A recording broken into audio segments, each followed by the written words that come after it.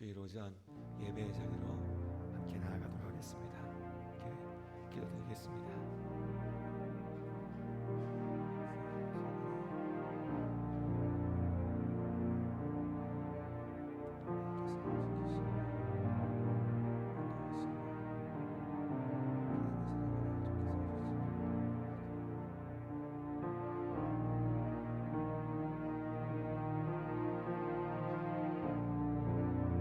우리를 사랑하신 아버지 하나님, 이 아침 우리가 다시금 주님 앞에 나와 예배드립니다. 영과 진리로 주님 앞에 서는 이 시간, 하나님께서 우리 가운데 함께 하시며 성령의 은혜로 우리의 마음을 위로하시고 우리의 기도를 들으시고 오직 하나님 앞에 영광 돌리는 예배를 기쁘게 받으시며 우리의 삶을 세워갈 수 있도록 이 시간을 주관하여 주시옵소서. 예배 모든 시간을 온전히 주님께 맡겨드리며 우리를 사랑하시는 예수님의 이름으로 기도드립니다. 아멘.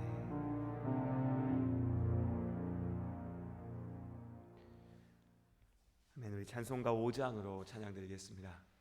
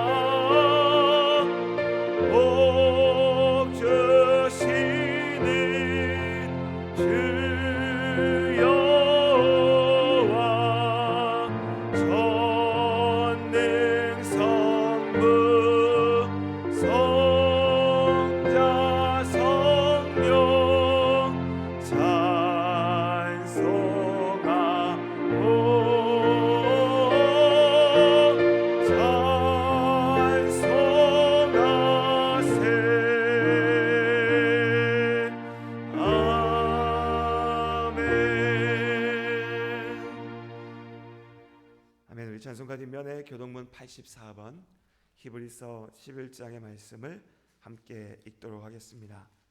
교동문 84번입니다.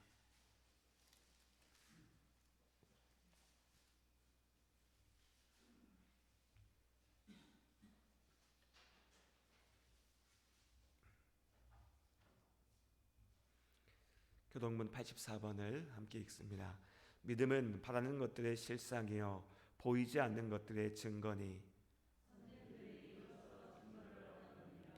믿음으로 모든 세계가 하나님의 말씀으로 지어진 줄을 우리가 아나니 믿음으로 아벨은 가인보다 더 나은 제사를 하나님께 드림으로 의로운 자라 하시는 증거를 얻었으니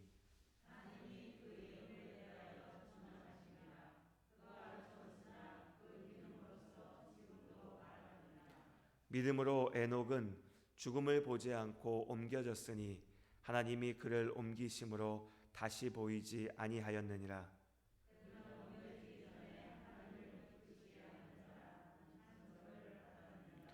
믿음이 없이는 하나님을 기쁘시게 하지 못하나니 하나님께 나아가는 자는 반드시 그가 계신 것과 또한 그가 자기를 찾는 자들에게 상 주시는 이심을 믿어야 할지니라. 아멘. 아멘. 우리 시간 사도신경으로 우리의 믿음을 함께 고백하시겠습니다.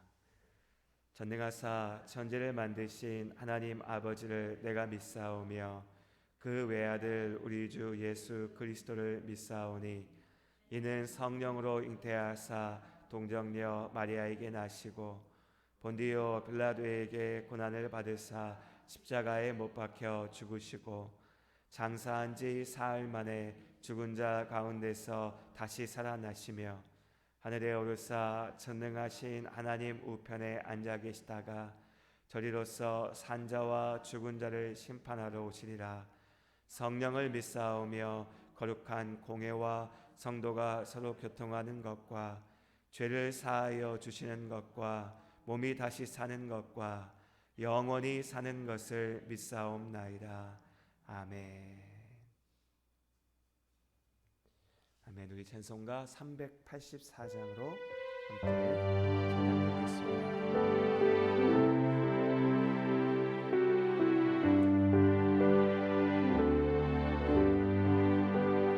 나의 갈 길 다가도록 예수 인도하시니 내 주 안에 있는 능률 어찌 의심하리요.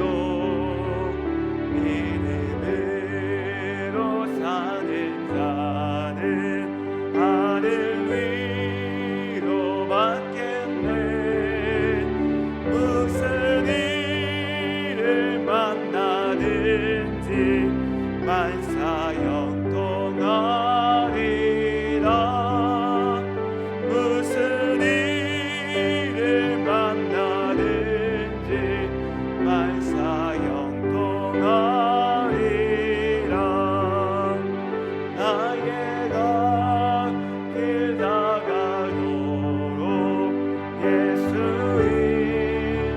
인도하시니 어려운 일 당한 때도 족하는 해주시네. 나는 신이고 당하고 영혼 매우 가난하. 나의 앞에 반석에서 샘물 나게 하시네. 나의 앞에 반석에서 샘물 나게 하시네. 나의 갈 길 다가도록 예수 인도하시니 그의 사랑 어찌 큰지 말로 할 수 없도다. 성령 나와 받은 영혼 하늘 날아갈 때에 영영 부른 나의 찬송 예수 인도하셨네. 영영 부른 나의 찬송 예수 인도하셨네. 아멘. 우리 시간 예배 가운데 하나님 앞에 함께 기도하는 자리로 나아가도록 하겠습니다. 나의 약함을, 나의 부족함과 나의 허물을 주님 앞에 회개하며 기도하기 원합니다. 또한 우리가 우리의 간구하는 제목들을 가지고 주님께 간절히 기도할 때 하나님께서 우리 기도 가운데 역사하심을 믿습니다. 이 시간 같이 마음을 모아 하나님 앞에 진실하게 기도하는 자리로 나아가겠습니다. 기도하시겠습니다. 주여 아버지 하나님, 우리의 마음을 주께서 하십니다.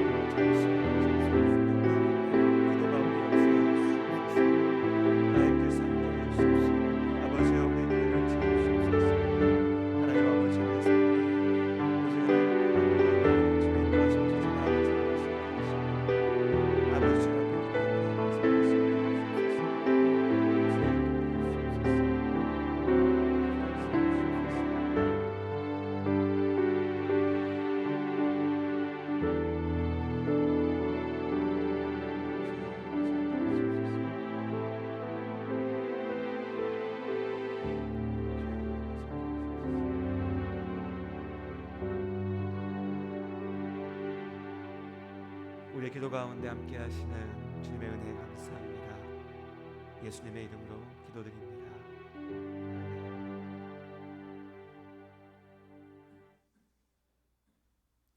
우리 이 시간 주님 가르쳐 주신 주기도문으로 기도드리신 이후에 김준일 집사님께서 나오셔서 교회를 대표해서 예배를 위해서 기도해 주시고, 이어서 조인수 성도님께서 하나님의 말씀을 읽어 주시겠습니다. 우리 같이 주기도문으로 기도드리겠습니다.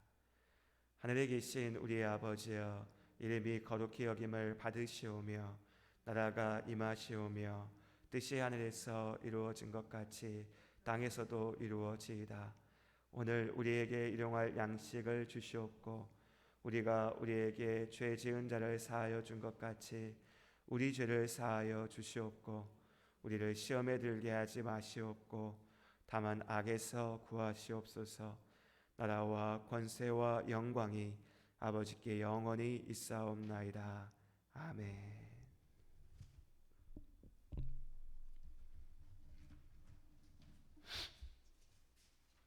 저희들의 삶을 주관하시는 아버지 하나님, 지난 한 주간도 저희들을 지켜주시고 이 시간 주님 앞에 나와 예배드릴 수 있도록 인도하심을 감사를 드립니다.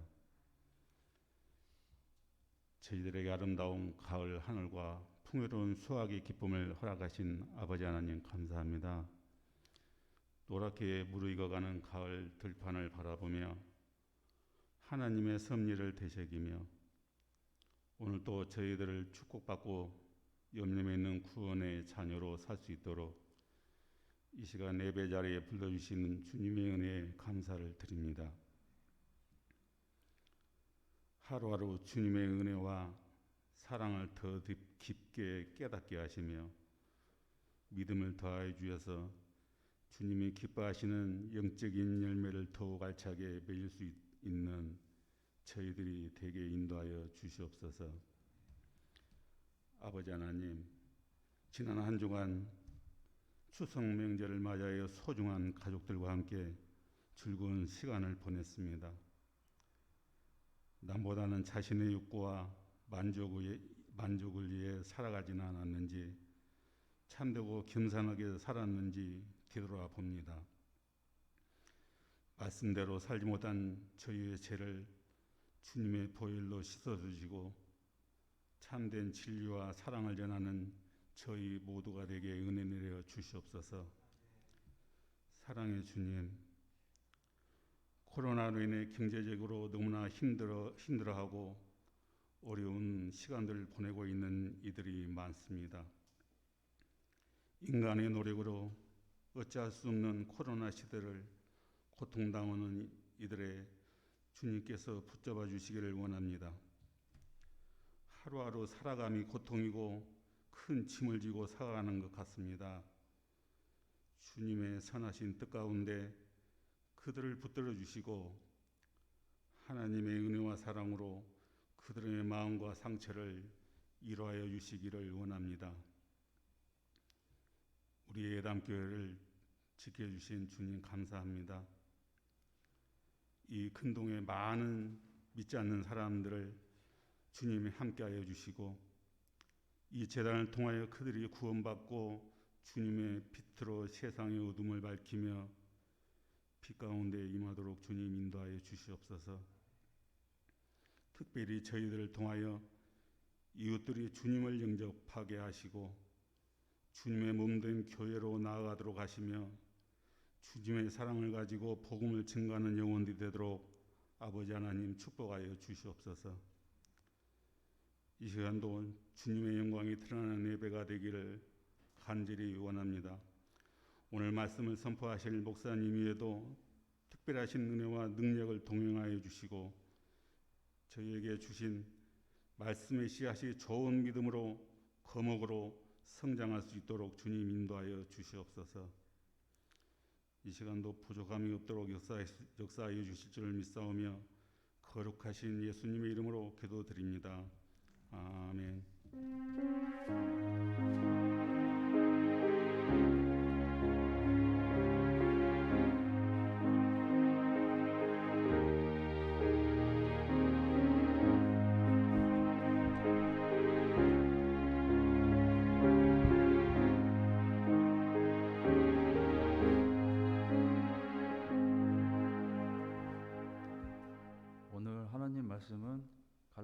야서 4장 6절에서 7절 말씀입니다.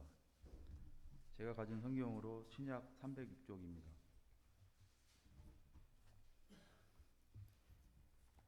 찾으신 줄 알고 봉독해 드리겠습니다. 너희가 아들이므로 하나님이 그 아들의 영을 우리 마음 가운데 보내사 아빠 아버지라 부르게 하셨느니라. 그러므로 내가 이후로는 종이 아니요 아들이니 아들이면 하나님으로 말미암아 유업을 받을 자니라. 아멘. 잠시 기도드리겠습니다. 하나님, 이 시간 주의 말씀 앞에서는 우리의 마음의 중심을 주님 붙잡으시고 성령의 은혜로 하나님의 뜻을 바라보며 그 말씀 앞에 귀를 기울이고 그 말씀 앞에 순종하는 우리가 될 수 있게 하여 주시옵소서. 함께하는 모든 이들이 온전히 주님 앞에 서기를 원합니다.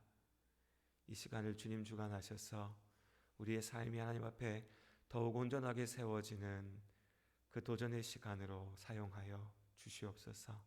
이 시간을 주께 맡기며 예수님의 이름으로 기도드립니다. 아멘.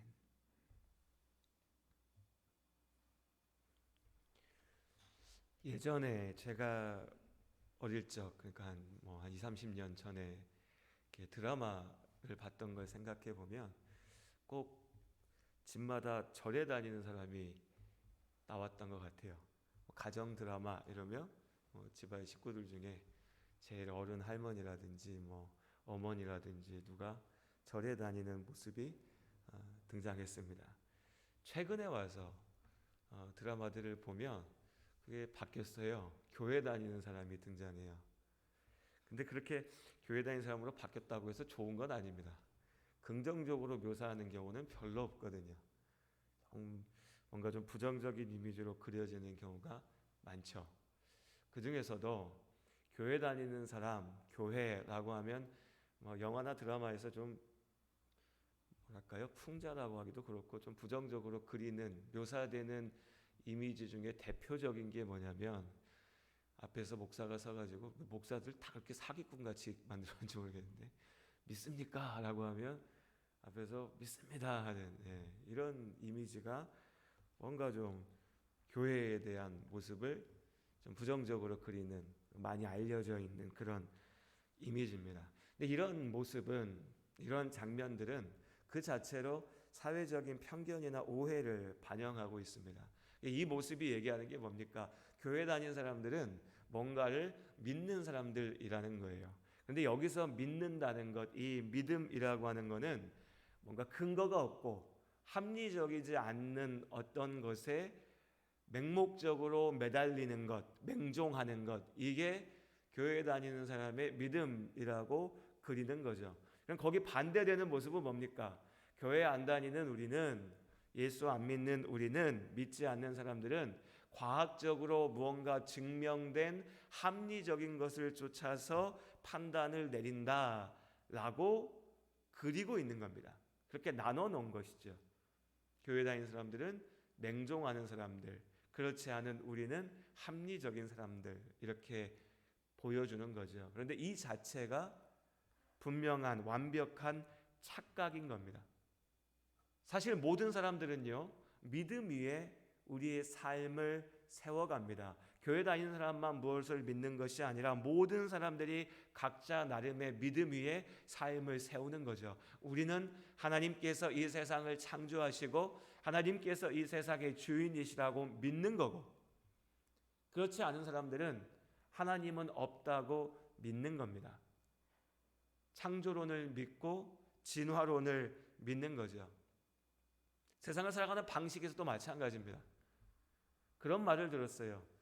내가 서울에서 계속 살아야지, 서울에서 살지 못하면 내 인생에 심각한 위기가 닥친 겁니다. 내 인생에 문제가 생긴 겁니다. 이상해요. 언제부터 서울 살았는지, 언제부터 서울 살아야만 내 인생에 의미가 있어지는 건지.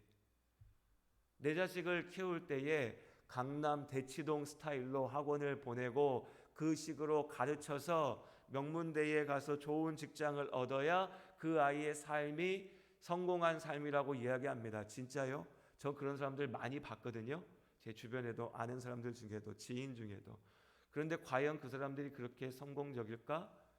글쎄요, 성공한 사람들도 있죠. 그런데 그렇게 못한 많은 사람들 중에 훨씬 더 행복하게 온전하게 살아가는 사람들을 더 많이 알고 있습니다. 믿는 거죠. 믿음입니다. 믿음이에요. 내가 강남 살아야 성공한다라고 하는 믿음입니다.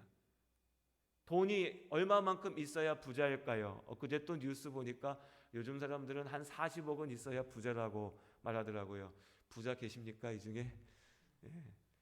제가 알기로 안 계신 것 같아요. 저를 포함해서. 저 모르게 많이 갖고 계시면 밥 한번 사주십시오. 근데 그것도 누가 만든 기준입니까? 그냥 그렇게 믿는 거예요. 40억 있으면 부자다. 20억 있으면 부자 아닙니까? 믿음이죠. 우리 각자가 나름대로의 믿음을 가지고서 그 믿음의 위에 살아갑니다. 실상은 내 욕망대로 믿는 거죠. 내 욕망대로. 교회 다니는 사람만 믿는 게 아닙니다. 모두가 믿음 위에 삽니다. 그럼 본질은 뭡니까? 진짜 중요한 건 뭐죠? 무엇을 믿느냐죠. 무엇을 믿느냐. 교회 다닌다, 하나님을 믿는다라고 말하는 우리가 착각하지 말아야 될 것도 여기에 있습니다. 믿는다라고 말하는 건 누구나 할 수 있습니다. 진짜 중요한 건 내가 무엇을 믿느냐입니다. 죄인된 우리에게 하나님께서 우리가 믿음으로 구원을 얻을 수 있다라고 말씀하십니다. 하나님의 약속이죠. 우리는 믿음으로 하나님 나라의 영광을 누립니다. 이때의 믿음, 참된 믿음이라고 하는 것은 예수 그리스도의 복음을 믿는 믿음입니다. 아무거나 무작정 믿는다고 그게 믿음이 아니라는 겁니다. 교회 가니까 내가 일주일에 한번 교회 가서 앉아 있으니까 나는 무언가 믿는 거고 그 믿음으로 나는 잘 될 거야. 이거는 내가 잘 될 거라는 믿음이죠. 내가 원하는 대로 나한테 좋은 일만 있을 거라고 하는 막연한 믿음입니다. 이것은 하나님께서 우리에게 말씀하신 믿음이 아닙니다. 우리가 고백하는 믿음은 예수님의 십자가의 복음을 믿는 믿음이고 넓게는 성경의 말씀을 통해서 하나님께서 우리에게 알려주신 하나님이 누구신지, 세상은 어떤 곳인지, 우리는 어떻게 살아야 될 것이고 이 땅의 삶을 넘어서 영원 속에서 우리가 온전하기 위해서 어떻게 해야 될 것인지, 우리의 구원이 어디 있는지를 보는 것, 그 하나님의 말씀을 믿는 것이 참된 믿음입니다. 오늘부터 우리는 하이델베르크 교리 문답의 내용들 가운데서도 사도신경, 우리가 예배를 시작하면서 고백했던 이 사도신경의 고백들을 통해서 우리의 믿음의 본질이 무엇인지에 대해서 되짚어 보려고 합니다. 쉽게 얘기해서 내가 무엇을 믿는지 확인하는 시간인 것입니다. 이 시간들을 통해 나의 믿음의 본질을 다시 한번 하나님 안에서 온전하게 세워가는 시간이 되기를 원합니다. 또한 이 믿음이라고 하는 것이, 우리가 믿는다라고 하는 것이 단지 내 의지와 내 결단과 또 내가 무언가를 아는 지식으로만 세워지지 않는다는 것을 다시 한번 기억했으면 좋겠습니다. 믿음이라고 하는 것은 무엇보다도 영적인 변화입니다. 하나님께서 주시는 은혜의 결과이죠. 성경을 달달달달 외워서 너무나 잘 알고 내 마음속에 내가 예수 믿어봐야겠어, 내가 좀 바뀌고 싶어, 내 인생을 새롭게 세워야겠어 라고 결단하고 의지를 가져도 그것만 가지고 온전한 믿음을 가질 수 있는 게 아닙니다. 하나님께서 우리의 마음에 이 믿음을 주셔야 되죠. 그래서 믿음은 무엇보다도 은혜의 결과인 겁니다. 우리가 믿음의 그 대상, 우리의 믿음의 본질을 확인해가는 이 시간들을 통해서 또한 성령 하나님께서 우리의 마음에 이 분명한 믿음을 다시 한번 세워주시기를, 흔들리지 않는 믿음을 주시기를 간절히 바랍니다. 그리고 우리의 믿음의 그 본질, 내용을 짚어가 보지요. 먼저 첫 번째로 오늘 우리가 살펴볼 믿음의 고백, 사도신경의 첫 번째 고백은 전능하사 천지를 만드신 하나님 아버지를 내가 믿는다는 겁니다. 다들 아시죠? 전능하사 천지를 만드신 하나님 아버지를 내가 믿습니다. 하나님은 이 고백 그대로 세상을 창조하신 전능하신 하나님이신 줄로 믿습니다. 그런데 그 세상을 창조하신 하나님께서 만드신 그 세상을 그냥 버려두시는 것이 아니라 이 창조라고 하는 말씀 가운데는 또한 하나님의 섭리가 함께 포함되어져 있습니다. 그러니까 만드신 이 세상을 하나님께서 계속해서 지키시고 이끌어 가신다는 거죠. 하나님께서 지금도 우리의 삶을 지키시고 인도하신 줄로 믿습니다.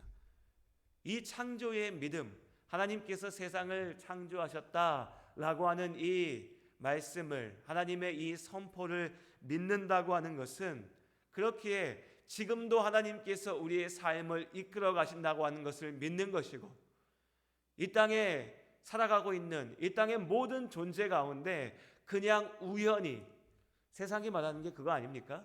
진화론이라고 하는 게 그거 아닙니까?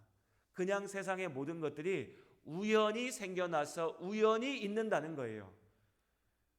네가 어떻게 세상에 있어? 야, 우리 아빠 엄마가 만나가지고 그냥 하룻밤 사고 쳤더니 그냥 내가 생겼어. 이게 요즘 세상에서 우스갯소리처럼 하는 말 아닙니까? 그냥 하다 보니 내가 있는 거야? 그럼 그 인생의 목적도 뭐죠? 의미도 뭐죠? 그냥 있었으니까 그냥 가는 겁니다. 그냥 죽고 끝나는 거죠. 그런데 하나님께서 우리에게 그렇게 말씀하지 않으십니다. 내가 너를 만들었다. 이 자리에 계신 한 분 한 분을 하나님께서 계획하시고 하나님께서 정하시고 택하시고 하나님께서 창조하신 줄로 믿습니다. 하나님께서 나를 만드셨습니다. 이것이 우리의 믿음의 시작입니다. 창조 이러니까 저 멀리 있는 어떤 먼 얘기가 아니라 하나님께서 나를 만드셨다는 고백입니다. 하나님께서 나를 있게 하셨다는 고백이고 하나님께서 지금 나의 삶을 인도하신다는 고백이죠. 그것이 하나님이 천지를 만드셨다, 내가 그것을 믿습니다 라고 하는 고백입니다. 내 삶에 목적이 있고 의미가 있다는 겁니다. 그냥 사는 게 아니라 하나님께서, 나를 만드신 하나님께서 내 삶의 기준과 내 삶의 척도를 세우셨다는 거죠.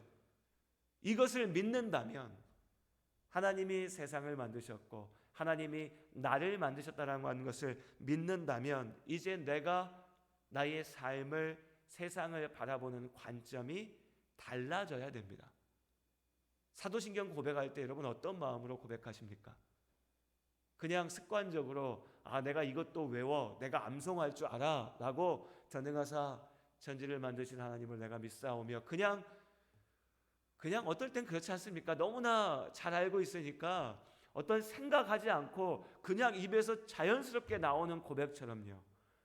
그런데 이 믿음의 고백 가운데 우리는 정말 중요한 것을 하나님 앞에 약속하고 있는 겁니다. 다짐하고 있는 거죠. 내 삶이 그냥 사는 것이 아니라 하나님께서 나아가라고 하신 방향으로, 하나님께서 가야 된다라고 말씀하신 그 길로 나아간다는 겁니다. 다른 무엇보다도 하나님과 함께하는 것이 내 인생의 목적이 되는 것이죠. 그렇지 않습니까, 여러분? 하나님이 내 인생 만드셨고 지금도 하나님이 내 인생을 이끌어 가신다면 나에게 가장 중요한 건 뭐죠? 돈 버는 것, 직장을 얻는 것, 가정을 지켜가는 것, 이거 다 중요하죠. 하지만 가장 중요한 것은 하나님과 함께하는 겁니다.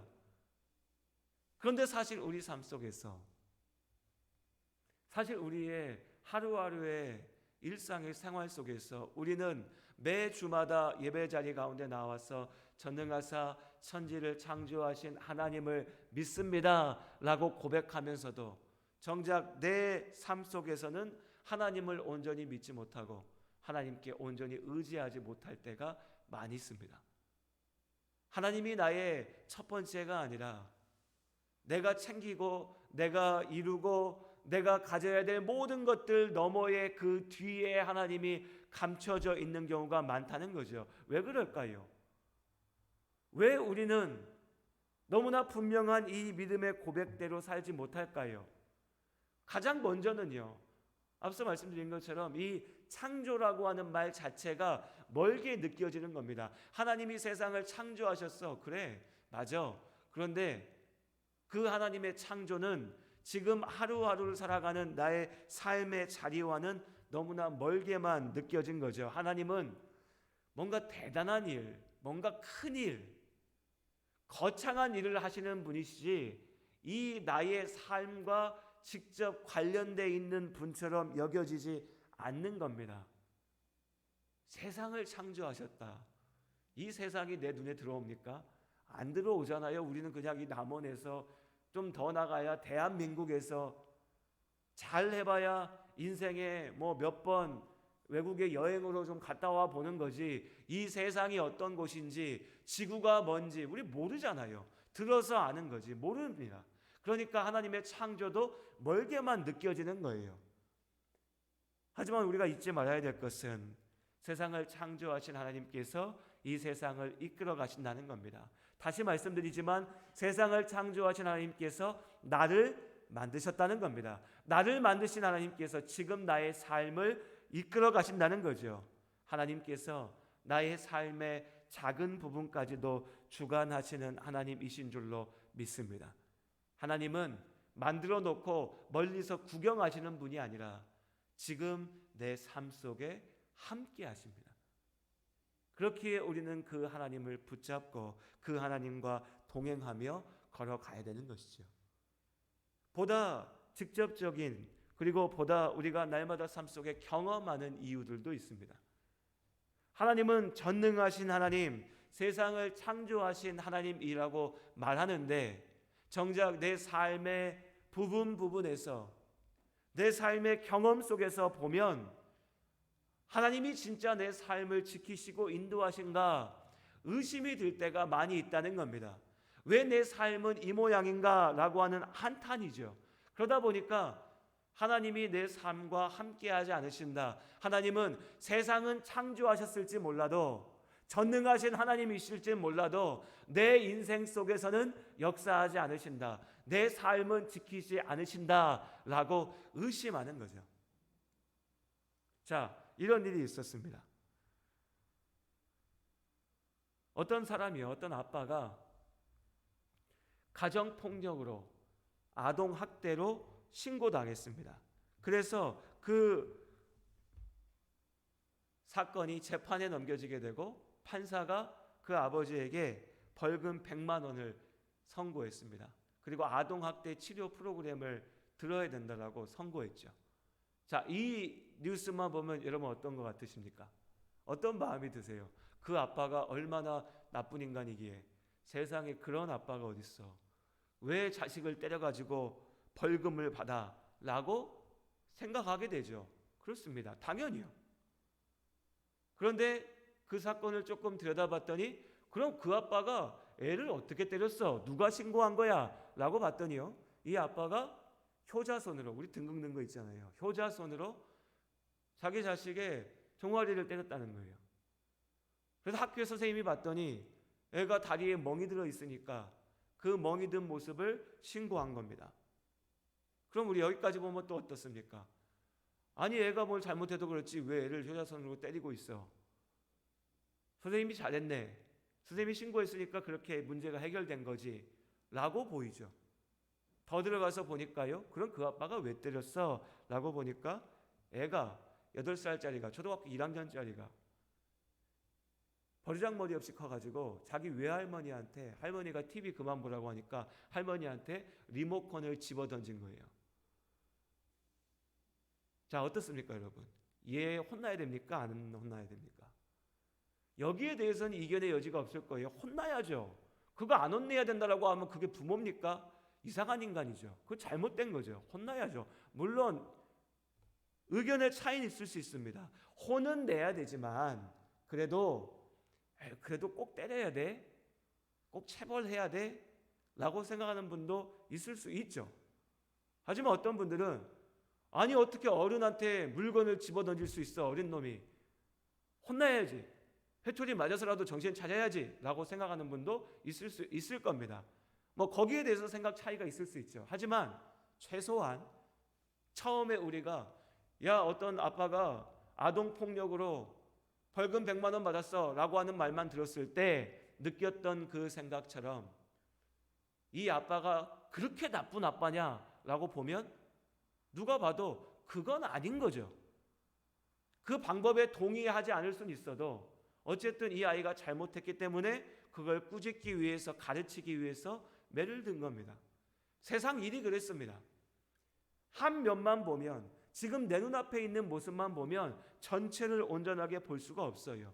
성경에 욥을 봅니다. 욥은 엄청난 부자였지요. 하나님의 축복받은 사람이었습니다. 많은 자녀들이 있었고 정말 말 그대로 세상 살아가는데 아무런 문제가 없는 평탄한 삶을 살고 있었습니다. 신실한 믿음으로 축복받은 사람처럼 보이죠. 그런데 그런 욥에게 닥친 고난은 우리가 잘 알고 있는 것처럼 가혹한 것이었습니다. 재산이 다 날아갔고 자식이 죽었고 그 자신의 몸이 병들었고 그렇게 병들고 고난 가운데, 고통 가운데 던져진 욥을 바라보면서 아내가 그의 믿음을 비웃으며 이 상황에서도 하나님이 믿어지냐고 조롱하면서 떠나갔고 친구들이 와서 네가 잘못했으니까 이렇게 된 거라고 정죄하였죠. 여기까지만 보면 어떻습니까? 욥의 인생은요, 그야말로 저주받은 인생, 그야말로 버림받은 인생. 욥 스스로도 하나님 앞에 간절히 외쳤던 것처럼 하나님이 나를 버리셨습니까? 왜 나에게 이런 아픔을 주십니까? 라고 말할 그런 인생이었습니다. 누구도 살고 싶지 않은 그런 삶이었죠. 그 순간만 보면 그렇습니다. 그러나 욥이 믿음으로 그 고난을 넘어섰을 때에, 그 도전을 이겨냈을 때에 하나님께서 이전보다 더욱 온전한 모습으로 모든 것을 회복하셨고 더 큰 축복을 그의 삶에 부어주셨습니다. 그럼 뭡니까? 한순간만 보았을 때 그의 인생은 저주받은 삶이었지만 그의 삶 전체를 바라보았을 때 하나님께서는 누구보다도 욥을 사랑하셨고 그와 함께 하셨고 그를 지키셨고 그에게 축복하신 겁니다. 전능하신 하나님이 왜 내 인생에는 이렇게밖에 안 하시나? 나를 사랑하신다고 하는 하나님이 왜 내 삶 속에는 하나님의 그 능력의 손을 보여주지 않으신가? 우린 모두가 다 내 눈앞의 모습에만 매달립니다. 지금 당장 나에게 벌어지는 일들, 지금 당장 내가 가질 수 있는 것들에 모든 것을 쏟아붓지요. 그러다 보니까 전능하신 하나님의 역사가 눈에 들어오지 않습니다. 온 우주를 통하여서 시공간을 초월하여 역사를 통하여 내 삶을 이끌어 가시는 하나님의 그 손이 당연히 내 눈에 보이지 않죠. 나는 지금 당장 내 앞에 있는 것만 보니까요. 내 삶 전체를 통해서 나를 구원하시는, 나를 사랑하시는 하나님이 보이지 않는 겁니다. 우리의 그 짧은 시선 때문에 우리는 하나님의 그 은혜를 온전히 붙잡지 못합니다. 또 무엇보다도, 다른 모든 것을 넘어서 무엇보다도 하나님을 온전히 믿지 못하는, 아니 믿는다라고 말하면서도 세상을 창조하시고 이끌어 가시는 그 하나님 앞에 나의 삶을 온전히 맡기지 못하는 가장 분명한 원인은 결국이요, 죄입니다. 죄. 내 안에 있는 이 죄가 내가 하나님 앞에 온전하게 서지 못하게 합니다. 죄라는 게 뭡니까, 여러분? 애시당초 죄라고 하는 것이 하나님으로부터 끊어져 나가는 거잖아요. 하나님으로부터 떨어져 나가는 겁니다. 누가복음의 말씀에 탕자의 비유처럼 사랑하는, 나를 사랑하시는 그 아버지로부터 뒤돌아서 내가 가출하는 거죠. 내 안에 있는 이 죄악된 본성이 세상을 창조하신, 나를 지으신, 그렇기에 내가 나아가야 될 길을 아시는 그 하나님으로부터 나를 끊어놓습니다. 나는 주님께 돌아가려고 하는데 내 안에 이 죄악된 마음이 자꾸 하나님 앞에 나아가는 것을 가로막습니다. 나는 내 삶을 주께 맡기려고 하는데 내 안에 있는 죄악된 본성이 자꾸 의심의 마음을, 의심의 소리를 쏟아냅니다. 너 진짜 그렇게 해도 돼? 네가 인생 진짜 하나님 앞에 맡길 때 내 인생 될 것 같아? 너 지금 나가서 일해야지, 네가 가서 기도한다고 네 인생이 될 것 같아? 네 자식들 가지고 과외 가르치고 학원 보내고 세상에서 성공하게 만들어야 나중에 너도 무언가 자식 가지고 자랑하고 자식 때문에 네 인생이 잘 되지. 하나님 앞에 맡기고 기도하고 예수 믿으라고 하고 이것 갖고 될 것 같아? 끊임없는 의심의 소리가 귀에 들려오죠. 그리고 우리는 그 의심 앞에, 그 죄악의 유혹 가운데 번번이 무너지는 겁니다. 하나님 믿으면 왠지 좀 힘없어 보이고, 하나님 믿는다고 얘기하는 사람들은 뭔가 세상에서 실패할 것 같이 보이고 문제 있어 보이고, 아까 말씀을 시작하며 처음 말씀드렸던 것처럼 뭔가 좀 맹목적으로 맹종하는 사람들처럼 보이고, 나는 좀 그와 다르게 세련되고 싶고 합리적이고 싶고, 죄악이 만들어낸 착각이죠.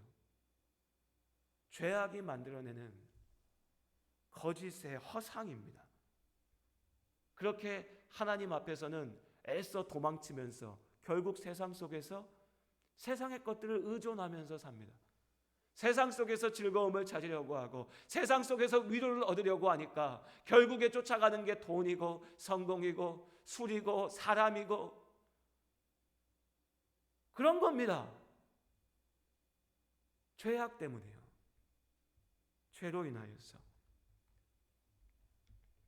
오직 나를 지으시고 지금도 나의 삶을 인도하시는 하나님을 의지하며 나아가는 삶이 참으로 복된 삶인 줄로 믿습니다. 그렇게 우리가 믿음으로 고백하는 겁니다. 전능하사 천지를 창조하신 아버지 하나님을 내가 믿습니다. 내 삶이 하나님 안에 있음을 믿습니다. 내가 결단하여 주님께서 걸으라 하신 그 길을 걸어갈 때 내 삶이 복되다는 것을 믿습니다. 하나님, 이제 더 이상 내가 죄악된 마음을 쫓아 사는 것이 아니라 하나님의 말씀 앞에 살겠습니다. 고백하는 거죠. 이것이 우리의 믿음입니다. 그리고 오늘 사실 가장 중요한 한 단어, 오늘 이 사도신경의 첫 번째 믿음의 고백에서 가장 중요한 한 단어는요, 아버지입니다. 아버지. 하나님 아버지. 자, 한번 생각해 보십시오. 전능하신 하나님이 계십니다. 어떤 분이 힘도 있어요. 부자예요. 너무나 사랑스러운 분이에요. 사랑하는 분이에요. 자기 자식을 사랑할 줄 아는 그런 아버지예요. 세상에 이런 아버지가 있나 싶은 그런 분이에요. 그런데 그 아버지가 우리 아버지가 아니고요, 저기 내 친구, 내가 아는 누군가 그 사람의 아버지예요. 그럼 나랑 무슨 상관입니까? 나랑 상관없잖아요. 배만 아프지. 우리 아버지하고 비교만 하지.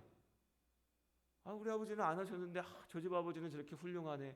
우리 아버지는 나한테 해준 게 없는데 저 집 아버지는 저렇게 잘해주네. 그렇지 않습니까?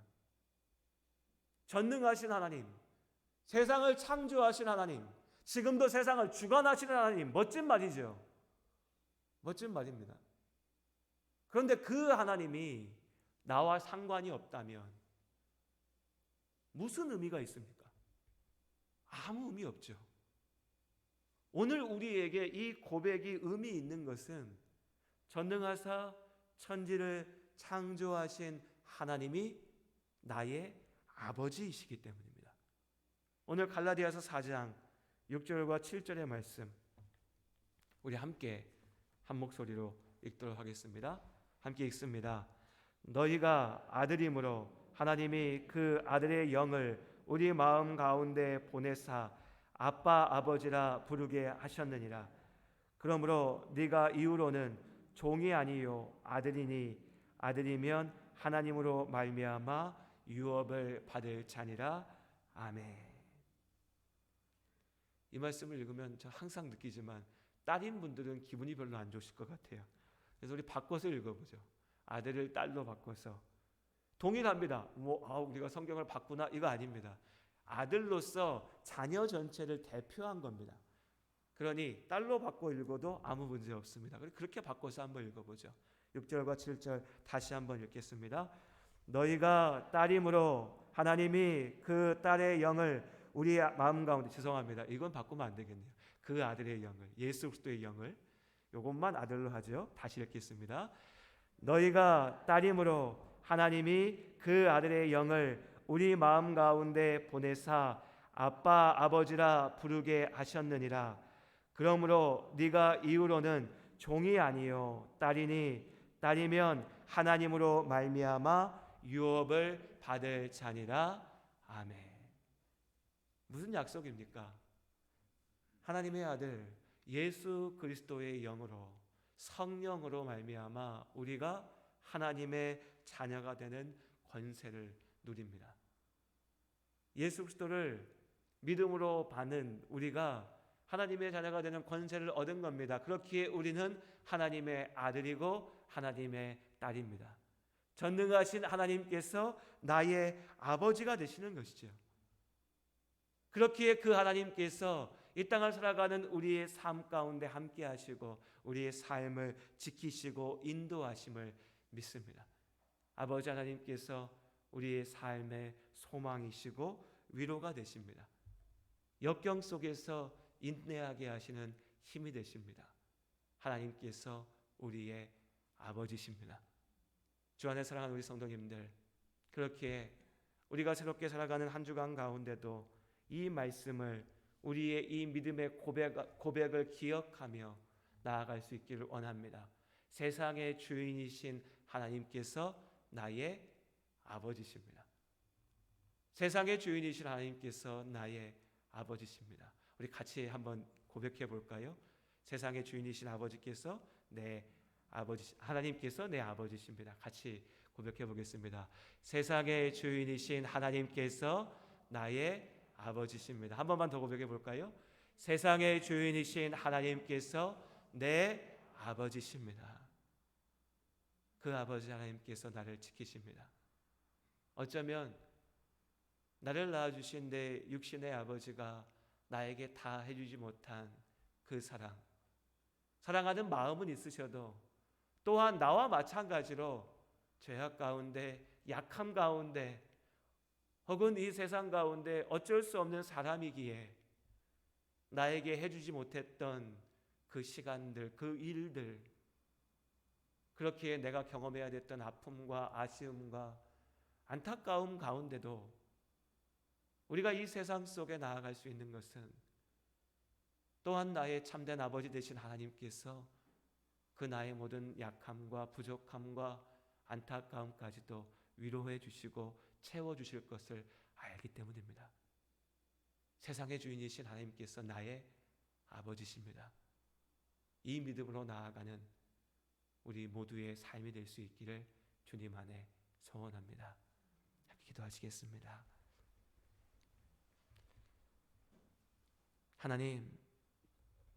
하나님께서 나의 아버지가 되십니다. 우리가 항상 입으로 말하는 이 사실이, 이 진리가 우리의 삶 속에 증거되어지는 믿음의 고백이 될 수 있게 하여 주시옵소서.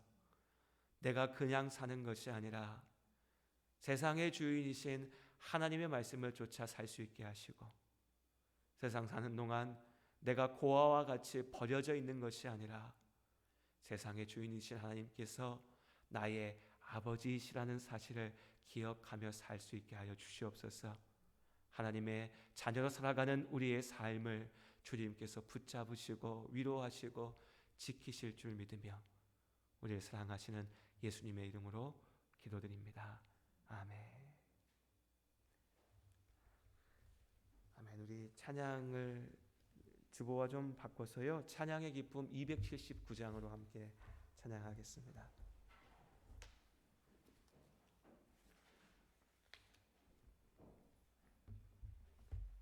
찬양의 기쁨 279장입니다.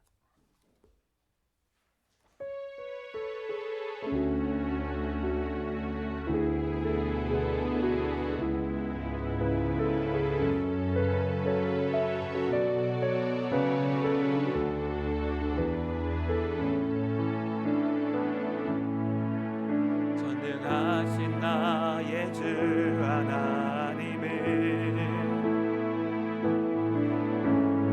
못하실 일 전혀 없네.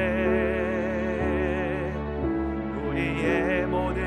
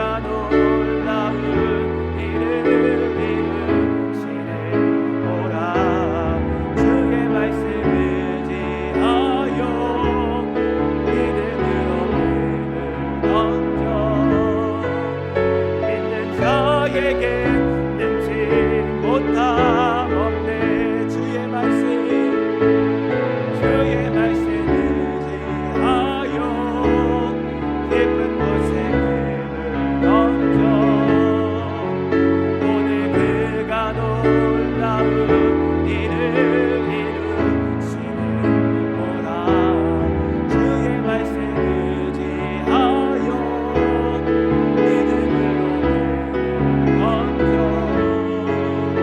믿는 자에게 능치 못함 없네. 아멘.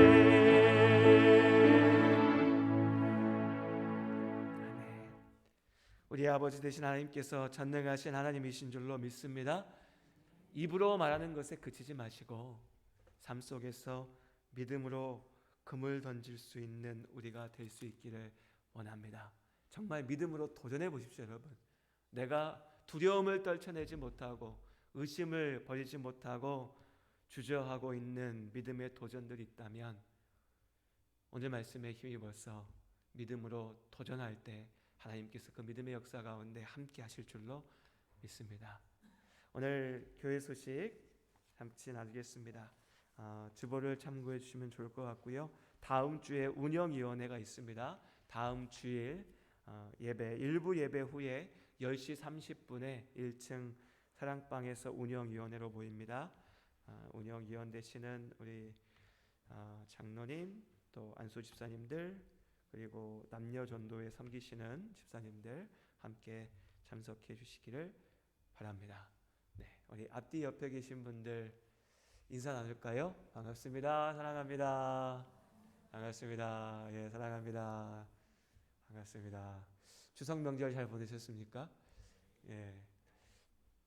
이번 주였잖아요. 3일 사실 4일 됐는데 추석 지난 지 한참 된 것 같아서 예, 그렇더라고요.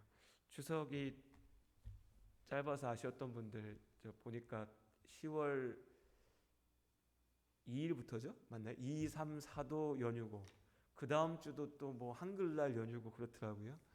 예. 놀 날이 많습니다. 근데 우리는 놀면 안 되죠. 주일 지켜야 되니까. 주일 지켜도 다 놀러 갈 수 있습니다. 월요일날. 안 노시는 분들도 많이 계실 텐데 아무튼 좋은 계절, 좋은 시간들입니다. 평안한 시간들 기쁨으로 잘 보내실 수 있기를 주님 안에서 소원합니다. 새롭게 나아가는 한 주간도 은혜 가운데 잘 세워가시기를 바랍니다. 우리 찬송가 630장으로 함께 찬양 드리고요. 축도로 예배를 마치도록 하겠습니다.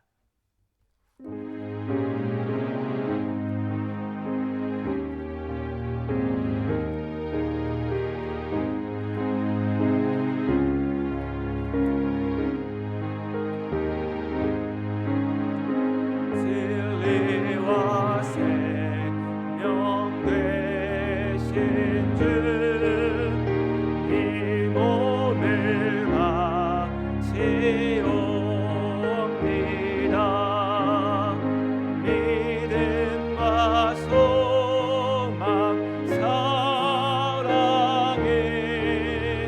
한 마음 되게 하소서. 아멘.